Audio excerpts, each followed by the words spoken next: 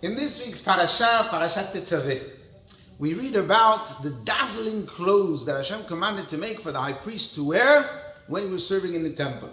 And perhaps the most impressive of the Kohen Gadol's clothes was the breastplate.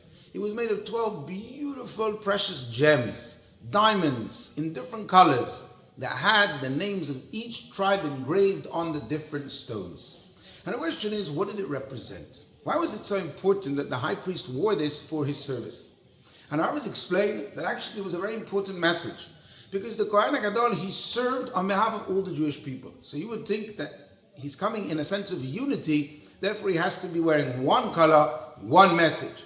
Hashem was teaching the Kohen, yes, unity is important, but diversity and pluralism is important at the same time. Hashem doesn't want one size fits all. To the contrary, Hashem enjoys the fact that Sephardim have these tunes, Ashkenazis have those tunes. Some Jews serve Hashem this way, some serve that way. Each one adds to the beautiful colors, to the breastplate of the Kohen Gadol. And it's so important for us to hear this message today, because people think that we live in a world that encourages individuality and everyone can be themselves. But the truth is that it's not like that. So many people are just following what the other people do. I was reading statistics this week that 80% of people drive the same color cars. Think about phones. People are all using an iPhone or an Android.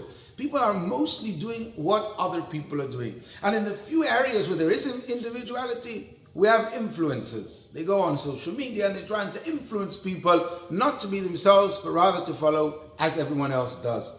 And therefore it's so important to remember the message of the breastplate of the Kohen Gadol, how Hashem encouraged the Kohen Gadol when he served to remember that each Jew is different, each one has a different color, each one has a different spark, and that's beautiful.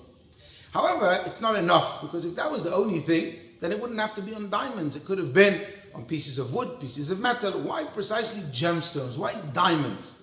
And therefore I always explained that when the Kohen Gadol walked with his breastplate, with the diamonds, he was actually sending another message. Diamonds come from the earth, deep in the ground. You have to dig very deep. You have to work hard in order to extract these diamonds.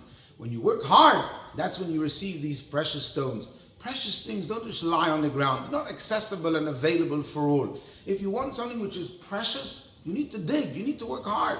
And therefore the Kohen Gadol, as he walked into the temple, he was reminding people to look at his beautiful breastplate, and they would say, the fact that I have a hard job, the fact that it's hard in life, the fact that I need to dig, that's fine. Because if you do, that's when you shine. That's when these beautiful diamonds, your beautiful inner core, will come out and shine and change this world, make an impact on other people.